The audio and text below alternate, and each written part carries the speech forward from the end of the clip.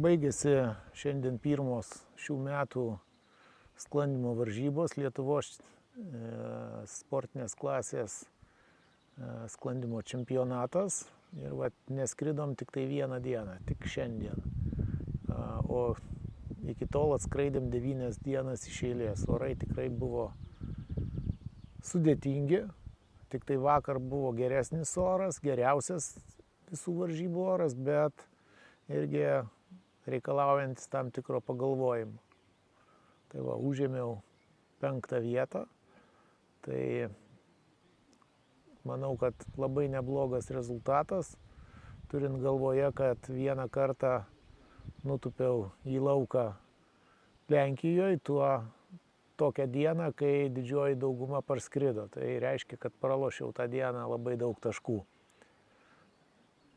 Ir dabar už nepilnų 2 savaičių laukia kitas Lietuvos čempionatas, klubinės klasės čempionatas šalia Vilniaus Paluknio aerodrome. Tai tikiuosi visų susitikti ten.